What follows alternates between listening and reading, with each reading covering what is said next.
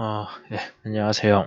선박해양공학개론 이번이 7주 차고, 오늘 중간고사를 봤기 때문에 중간고사 결과에 대한 설명이랑, 중간고사 내용에 대한 설명이랑, 그 다음에, 뭐, 숙제, 그런 것들 좀 얘기를 하려고 합니다. 그 다음에, 먼저 공지를 드리자면은, 우리가, 학기 말까지,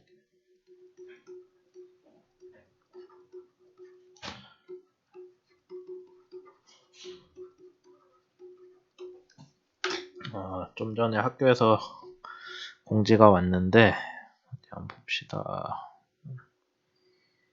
네, 1학기 말까지 재택 수업을 한다고 하고요. 그 다음에 혹시 조기 종료가 되면은 일주일 전에 공지를 한다고 합니다. 조기 종료 시. 그 다음에 시험은 기말고사는 대면 평가인데 6월 12에서 6월 18일까지 금요일에서 목요일까지 대면으로. 아마 학교를 이때는 오라는 뜻이겠죠? 그 다음에 상대평가에 대해서 어차피 여러분들 지금 영어 강의긴 한데 어쨌든 상대평가가 A가 50% 이하. 이렇게 연락이 왔어요, 학교에서. 그래서 뭐 지금 하고 있는 대로 동영상 강의 할 거고 학기 말까지 혹시라도 일찍 끝날 것 같으면은 일주일 전에 대면 강의 시작한다고 공지가 올 거고 기말고사는 이때 보고요. 대면이니까 이날 학교는 하루는 와서 할 건데 지금 상황이 제가 처음에 얘기 드렸던 게 오늘 시험 봤잖아요, 우리가. 근데 시험 본 거 왜 이래? 시험 봤을 때 우리가 사이버 강의 계속하면은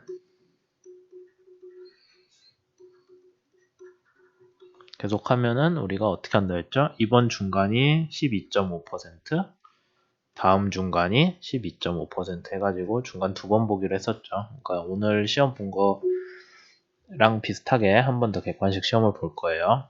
그 다음에 시험 결과 먼저 얘기를 드리자면은 객관식이기 때문에 금방 채점이 다 됐고요. 여러분들 생각보다 좀 평균이 낮기 때문에 뭐 제가 꼭 잘 봤다 못 봤다 그 얘기를 할 필요는 없을 것 같고요. 평균이 41점이고요. 41.1이었던 것 같고.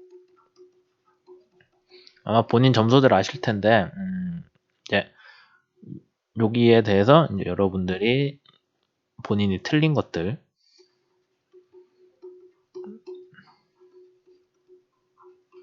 오답 정리해서 제출해야 됩니다. 숙제로 따로 사이버 캠퍼스에 올릴 거니까 그때 보시고요. 이제 문제 해설 좀 할게요. 뭐 어차피 중요한 내용들 위주로 문제를 냈기 때문에 여러분들이 보시고 뭐 틀린 거 있으면 중요한데 내가 틀렸구나 하고 생각하면 될 것 같아요. 글씨가 잘 보일지 모르겠네요.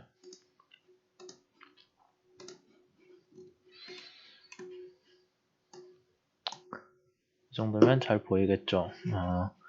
다음 중 리버티십에 대한 설명으로 옳지 않은 거. 리버티십은 옳지 않은 거예요. 그 다음에 모두 고르라고 했으니까.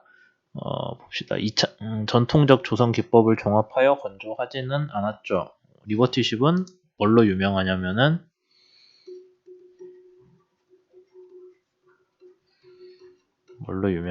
용접. 그러니까 그전에는 용접을 잘 안 썼어요. 리벳을 많이 썼는데 용접을 했고 대량 생산을 했죠. 언제 했어요? 2차 대전 때. 2차 대전 때 수송선이 많이 필요하니까 그거를 대량으로 만들어냈던 거거든요. 그러니까 옳지 않은 게 전통적이지 않아요. 용접이랑 블록 대량 생산, 블록이란 얘기 써야겠죠. 그러니까 배를 조각조각 만들어서 용접을 한 번에 합치는 식으로 했어요. 그래서 걔는 전통적이진 않다.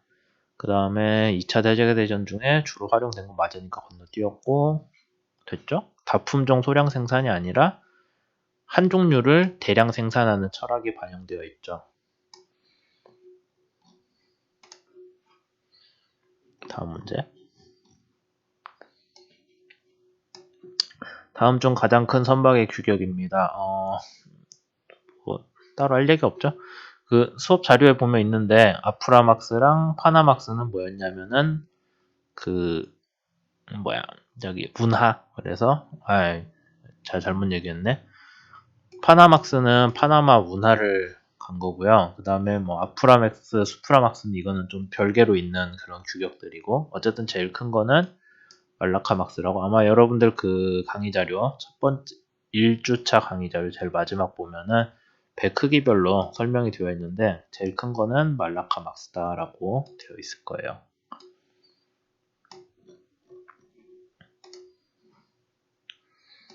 그 다음 3번 에너지 효율 설계 지수에 대한 설명으로 옳은 것은 이라고 되어 있는데 제가 문제를 이거는 좀 잘못 썼네. 아니 이거 하나인가? 답이? 복수 정답인데 아마 옳은 것은 이라고 해서 여러분들이 하나만 썼을 것 같은데 답지에다가 3번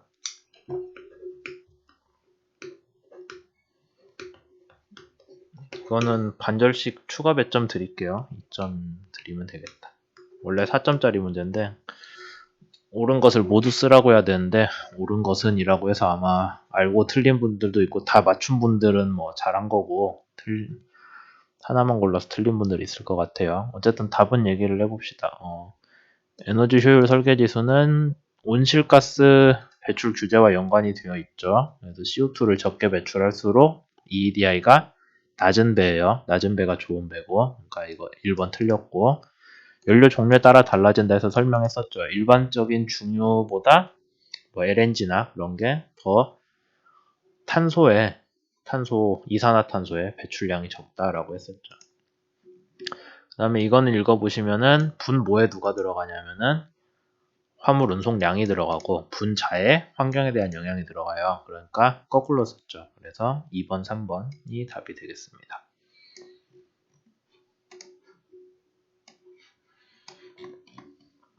그 다음 선체에 가해지는 부력에 대한 설명으로 옳지 않은 것을 모두 고르라고 했는데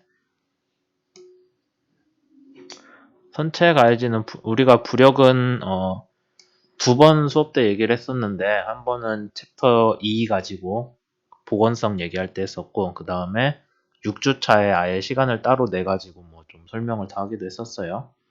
근데 이거는 책에 있는 내용 위주로 설명을 했습니다. 그러니까 2장이니까 4주차인가 뭐 그때 될 거예요.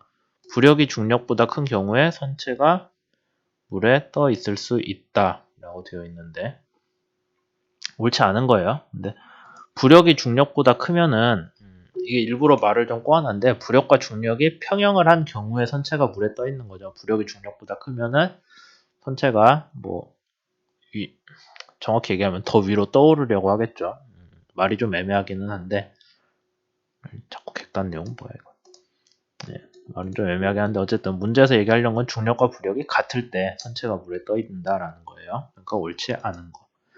그 다음 선체가 가해지는 굽힘 모멘트는 부력이 줄어드는 선수 선미에서 증가한다. 여러분들 그 수업 자료에 보면은 있을 텐데 굽힘 모멘트는 배 중앙 쪽에서 증가를 했었죠. 그래서 얘도 틀렸고 부력은 물 아래 잠긴 선체 중량에 비례한다. 부력은 물 아래 중량이 아니라 선체의 부피에 비례를 하는 거죠. 그래서 1, 2, 3번이 틀렸네요.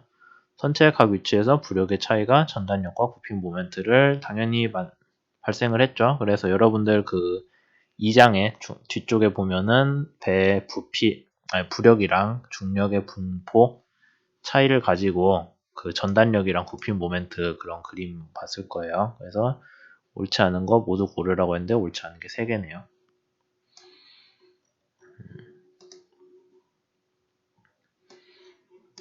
그 다음 문제. 일반 배치도에서 여러분들 일반 배치도 봤을 때 기관실 위치 알 수 있고요. 화물창 용량 알 수 있죠. 구상 선수도 원래는 일반 배치도가 구상 선수를 보여주기 위해 만드는 건 아닌데 그거는 선도에 나오죠. 근데 배 측면도가 들어가기 때문에 구상 선수 형상도 알 수는 있습니다.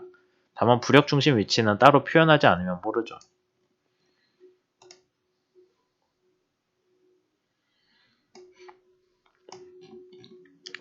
다음 문제. 선박에 사용되는 디젤 엔진. 이거는 선박 엔진이랑 뭐 환경의 영향 그런 거 얘기했을 때 했을 텐데 가솔린을 연료로 쓰는 거는 디젤 엔진이 아니고요. 그 다음에 옳은 것 하나네.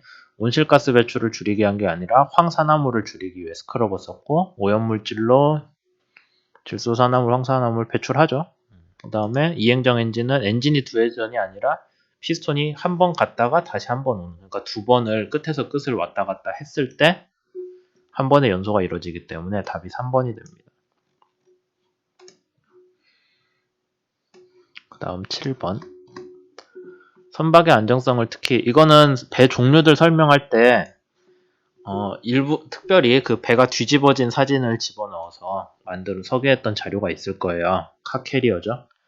LNG 뭐 별 영향 없고요. 크루드 오일 캐리어 같은 건 되게 안정적인 편이고 벌크 캐리어도 뭐 종류에 따라 다른데 대개 짐이 무겁기 때문에 안정적이에요. 그래서 특별히 문제가 되는 거는 카 캐리어라고 이해를 하시면 됩니다. 그 다음 선체 복원력에 대한 설명을 옳은 것을 모두 고르시오 라고 되어 있는데 한번 보시죠. 서상선은 선체가 기울면 부력 중심 위치가 이동을 해서 평형을 찾는다 라고 했고 맞죠? 잠수함의 경우 복원력은 중력 중심이 부력 중심보다 낮을 때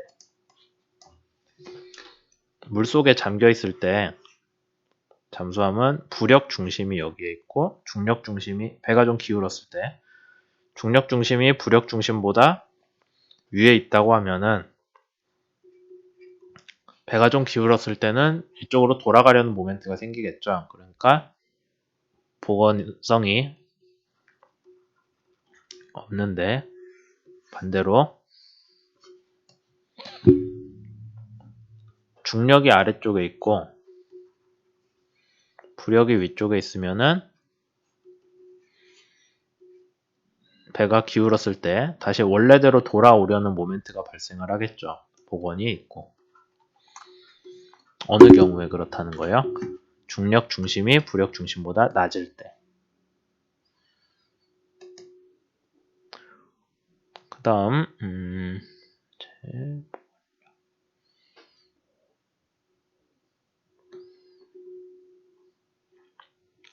선박의 복원력은 GM 크기와 관련이 있고요. GM이 커지면은 어떻게 된다고 했냐면은 배가 너무 안정적이 돼서 조금 기울었을 때 걔를 다시 원래대로 돌아오게 하려는 모멘트가 강해진다고 했어요. 힘이 강해지니까 그만큼 운동이 빨리빨리 일어나서 주기는 짧아진다고 했죠. 그래서 4번은 틀렸네요. 그러면은 8번 선체 복원력에 대한 설명으로 옳은 것은 그러면은 답이 1, 2, 3번이 되겠습니다.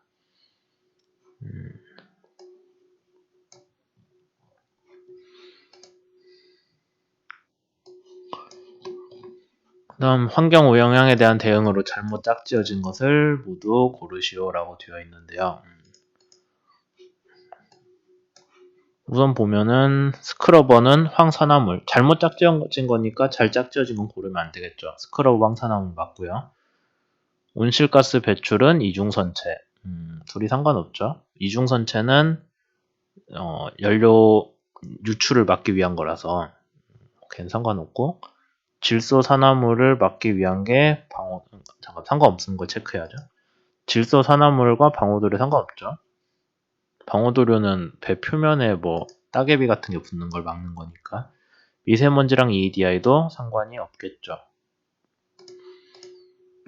그래서 답이 세 가지가 되겠습니다.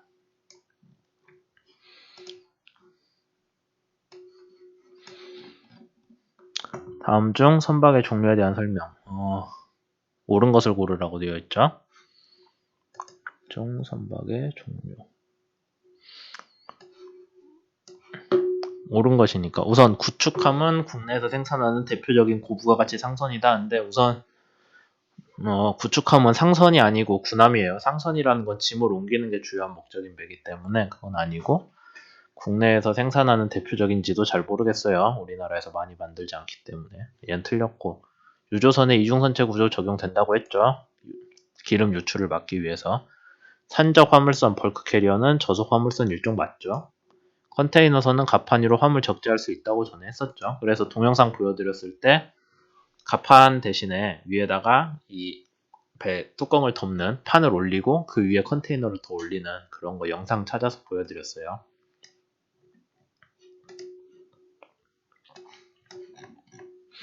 선박 역사에 대한 설명으로 옳은 것을 모두 고르라고 했는데 최초의 증기선은 파리에서 시연이 됐죠. 거기다가 홀라당 가라앉았고 인도양에서는 유연한 외판을 가진 크나르가 아니라 크나르는 바이킹들 배고 다오라고 하는 배를 사용했죠. 얘는 틀렸고 그리스에서는 노자비로 노예를 쓰지 않았죠. 그 이후에 썼어요. 노가 좀 더 그러니까 노를 젓는데 기술이 덜 필요하게끔 발달한 다음부터 노자비를 노예로 썼고 바이킹들이 돛도 이용했죠. 그래서 두 개가 답이 됩니다.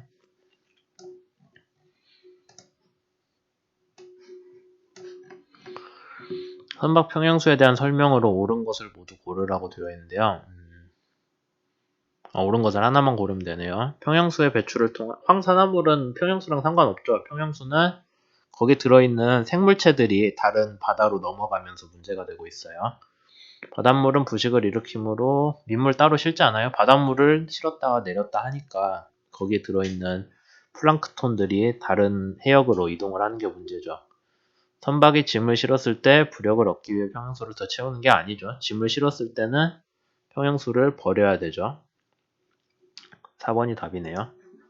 그래서 평형수는 짐을 실었다 내렸다 할 때 평형수를 반대로 짐을 실을 때 평형수를 버리고 짐을 내릴 때 평형수를 싣고 하는데 그 과정에서 다른 지역에 그 생물체들이 평형수 탱크에 들어가기 때문에 그게 퍼지는 걸 막기 위해 살균 처리를 해야 된다라고 해서 뭐 전기 살균을 하네, 오존을 하네, 자외선을 하네 그런 것들 설명했었어요.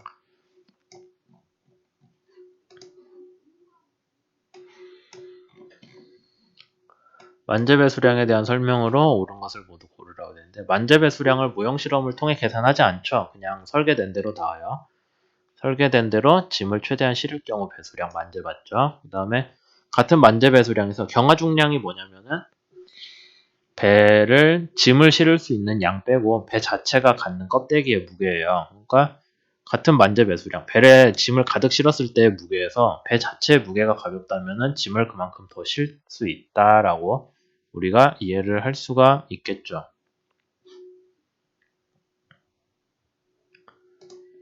그 다음에 경하 중량과 제화 중 잠깐만요. 이제 경하 중량이 작을수록 짐을 더 실을 수가 있잖아요. 얘가 틀렸네. 그 다음에 만재 배수량은 경하 중량과 제화 중량이 합과 같은 거는 맞죠. 근데 경하 중량이 작을수록 제화 중량이 커질 수 있고 제화 중량의 말뜻이 실을 수 있는 짐의 양이기 때문에 답이 2번, 4번이 되겠습니다.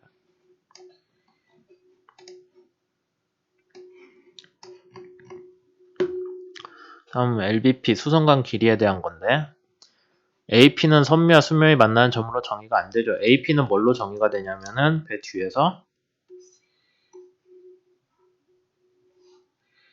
뒤에 러더도 있고 프로펠러도 있다고 하면은 러더를 돌리는 축이 있을 거예요. 방향타라고 하는데 방향타를 돌리는 축의 중심이 AP로 우리가 정의가 된다라고 AP라고 썼네요. AP로 정의가 된다라고 썼었죠. 그래서 얘는 틀렸고 선박의 설계 기준에는 폭방향이 아니죠. 길이 방향 치수. 설계 기준은 맞아요. FP에서 AP까지가 우리가 통상적으로 얘기하는 수선관 길이라고 해서 여기가 FP죠.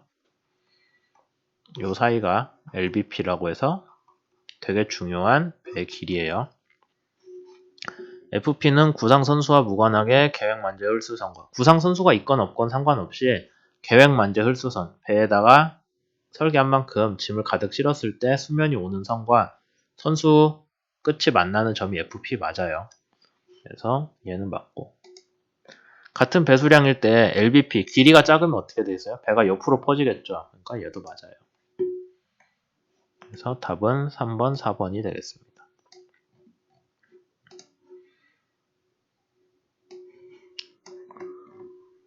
그 다음 15번 선박의 항해와 관련한 설명으로 위도 경도 먼저 얘기를 하자면 혹시 기억날지 모르니까 여러분들이 지구본을 그렸을 때 지구를 그렸을 때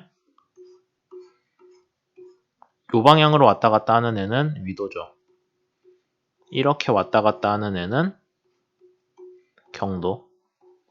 그래서 위도는 태양의 높이를 보고 우리가 12시에, 그러니까 하루 중에 해가 제일 높이 올라갔을 때 그때가 해가 몇 도나 올라가 있는지를 위도로 판단을 했고, 그 해가 제일 높이 올라가 있을 때 시간이 언제인지를 보고 경도로 판단한다고 했었어요. 그래서 6분위로 쟀고요. 위도가 0이 되는 지점 적도 맞죠. 위도가 90도가 되는 데는 플러스 90도, 마이너스 90도는 남극, 북극. 경도는 선박의 동서쪽 위치를 나타내죠. 그 다음에 그냥 일부러 헛소리를 써놨는데 하나의 위도, 하나의 경도 값으로 지정되는 위치는 하나밖에 없어요. 그래서 답은 1, 2, 3번 3개가 되겠네요.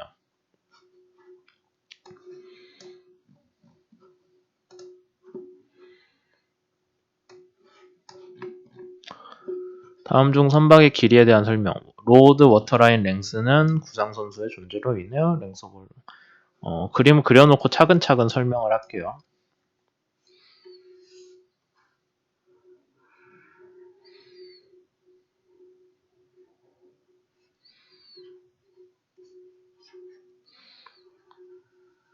수면이 있을 때 로드 워터라인 랭스, 우리가 LWL이라고 하는데 여기서 여기까지예요. 랭스 오버홀은 수면 위로 올라와 있든 아래로 올라와 있든 끝에서 끝에까지예요. 누가 더 크겠어요? 구상선수 LWL은 애초에 구상선수랑 수면이 좀 아래로 내려가면은 구상선수 영향이 있을 수 있을 것 같긴 한데, 그럴 때도 LOA가 항상 더 클 수밖에 없겠죠. 그래서 얘는 틀렸고요. LBP는 선박의 홀수 조건과 무관하게 일정하다. 그렇죠? 수면이 애초에 여기가 수면이 변한다고 해서 FP 위치가 변하게 설계를 안 하거든요. FP는 만재 흘수선. 그러니까 짐을 가득 실었을 때 흘수선 기준으로 제일 튀어나온 데가 FP이기 때문에 흘수 상태가 변한다고 해서 FP 위치가 변하는 게 아니에요. 그래서 FP는 일정합니다. LBP는. 워터라인 랭스는 짐을 얼마나 실었는지에 무관하게 정해질 수 없죠. 왜냐하면 얘는 짐을 얼마나 실었냐에 따라 흘수가 변하고, 그 흘수일 때 수면의 거리 LWL이 변하잖아요. 짐을 얼마나 실었냐에 따라서. 얘는 달라지고, 랭스 오버홀은 설계보다 배 운항이라고 해서 항구에 들어갈 수 있는 길이, 운하에 들어갈 수 있는 길이, 그거 위주로 제한이 된다고 했죠.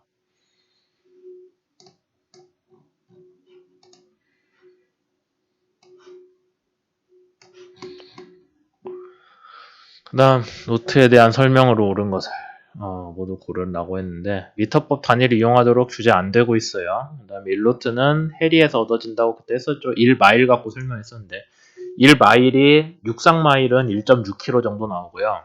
해상마일은 1.8km 정도 나와요. 그래서 1노트는 1.8 몇 킬로미터 per hour에 대응됩니다. 1.6이 아니라. 1.6은 여러분들이 육상에서 마일로 재는데, 저기 미국 같은 데 가면은 그 육상 마일 쓰는데 자동차 속도로 거기에서 쓰는 단위예요.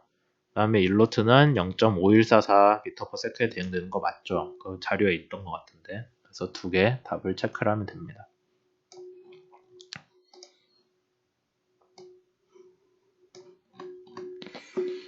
배수량 등곡선도 여러분들이 자세히 보시면은 다 써져 있는데, 선수 수선 위치는 애초에 고정이잖아요. 얘가 위치가 변할 리가 없죠. 그래서 답은 1번입니다. 나머지는 배수량 등곡선도에서 보면 홀수 따라 변하는 값들이에요. 여러분들이 기억하실지 모르겠지만은 이쪽으로 센티미터라고 써져 있고, 이쪽으로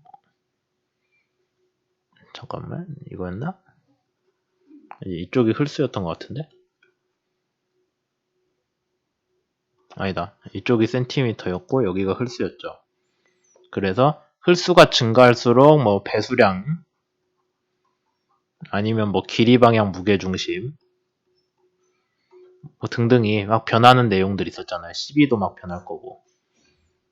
이거를 설명을 해놓은 게 배수량 등 곡선도인데, 거기에 홀수에 따라 변하지 않는 거는 표시를 할 이유가 없죠. FP는 홀수에 따라 변하지 않으니까 들어가지 않습니다. 나머지는 다 들어가겠죠.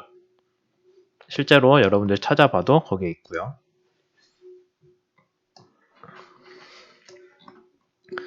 그 그 다음 배수량 계산에 대한 설명으로 옳은 것을 모두 고르시오 라고 되어 있는데 하나씩 봅시다. 흙수는 선박의 용골 상단에서 수면까지 거리 맞죠? 배에서. 정확히 얘기하자면 이제 형흘수긴 한데 여기서 설명하는 거는 뭐 형흘수나 그거나. 그 다음에 경화 배수량은 화물 적재량이 아니라 배 자체의 껍데기의 무게라고 했고요. 선박 배수량은 민물과 바닷물이 물의 밀도가 달라지기 때문에 그때 따라서 배수량이 달라져요. 그래서 배 옆에 보면은 배수량 마크가 있는데 홀수 마크가 이런 식으로 돼 있어서 뭐 물 밀도가 제일 작을 때, 물 밀도가 제일 클 때, 뭐 표준 등등으로 나눠져 있어요. 그래서 뭐 예를 들자면은 겨울에 바닷물이면은 밀도가 크겠죠. 그러면 홀수선이 여기에 와야 된다. 뭐 여름에 민물이면은 홀수선이 여기에 와야 된다. 배 옆에 보면은 이만큼 물에 잠겨야 된다라는 표시가 있어요. 달라집니다. 그 다음에 배수량과 길이, 폭, 홀수, 곱의 비가 방향계수다. 맞죠? 이것까지. 네, 그래서 답이 3개가 되겠네요.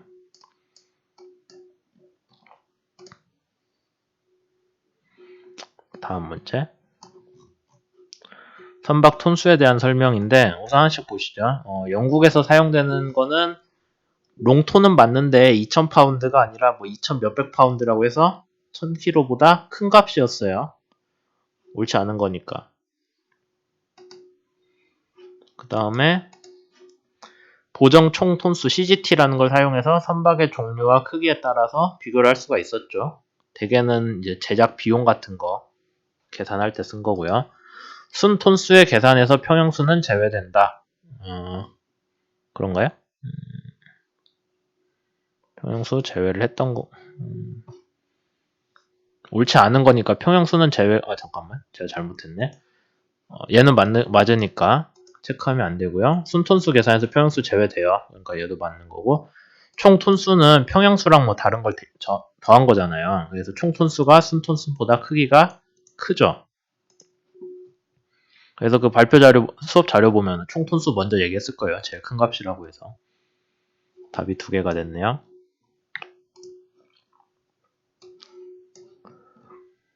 그 다음에 다음 중 스테이션에 대한 설명으로 옳은 것. 스테이션은 LBP랑 관련이 있다고 했었어요. 수선간 길이. 스테이션 20은 전체 선체에서 제일 앞쪽으로 나온 지점은 아니죠. 스테이션 20이 그냥 FP거든요.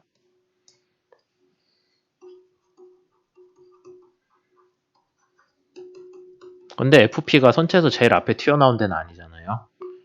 선박의 수선간 길이를 20등분해서 구하는 건 맞죠. 그래서 스테이션 20이 FP고 스테이션 20등분이니까 0부터 세워야 얘가 딱 20개가 나오거든요. 그래서 얘는 AP. 그러면 선미수선 스테이션 1이 아니라 0이 되겠네요. 선박폭과 스테이션은 당연히 무관하죠. 왜냐면 얘는 길이를 재는 단위니까.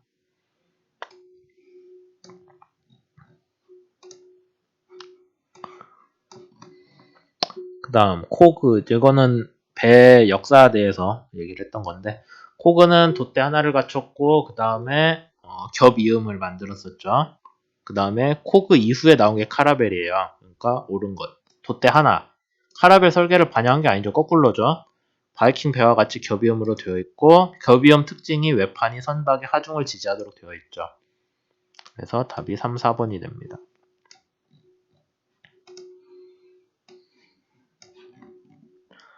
다음 중 연속 상용 출력. 연속 상용 출력은 우리가 어떻게 정했냐면은 엔진이 있을 때 연료 효율이 최대가 되면서 달성할 수 있는 가장 높은 효율이었어요. 가장 높은 동력. 걔보다 높으면은 동력을 낼 수는 있는데 연료 효율이 떨어지니까 운항한 입장에선 안 좋다라고 설명했었죠. 그리고 디젤 엔진은 그 엔진이 부하 없이 낼 수 있는 최대 효율의 85%를 NCR로 연속 상용 출력으로 정한다라고 되어 있었어요. 얘는 맞죠? 선박 속력 추정. 그래서 NCR 기준으로 선박이 다니기 때문에 됐고, 과부하 조건 아니죠. 연료 소모율은 MCR에 비해 작으니까 우리가 이 출력 조건으로 배를 운항을 한다라고 정리를 했었죠. 그래서 답이 3개가 됩니다.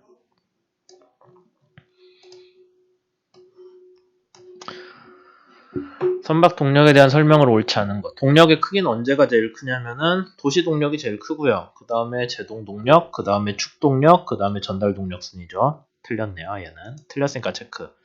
제동 동력은 엔진을 선박에 설치하기 전에 계측이 되죠. 전달 동력은 추진기에 공급된 출력 맞아요. 도시 동력은 엔진만 가지고 하는 거죠. 추진기를 함께 고려하기 시작하는 거는 전달 동력일 때예요. 그러니까 답이 두 개가 됩니다.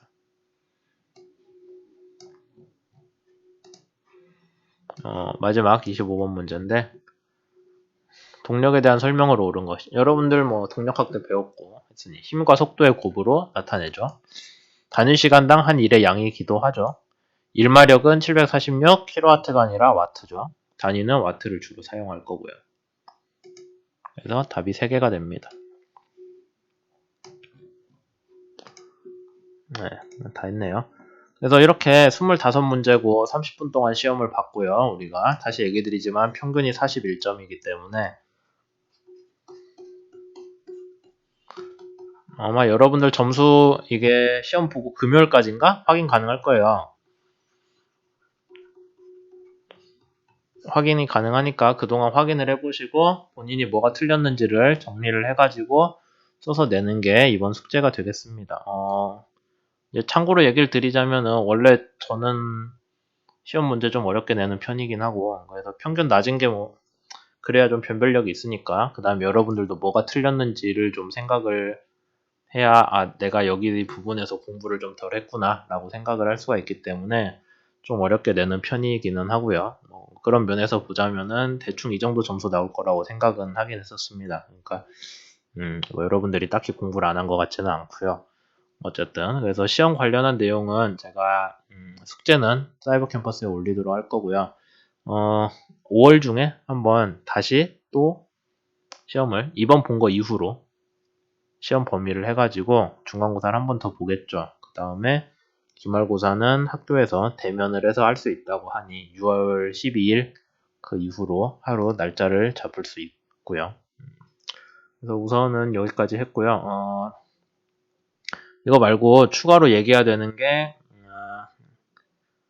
그거 이제 다음 수요일부터는 줌으로 시간 맞춰서 강의하기로 했었죠.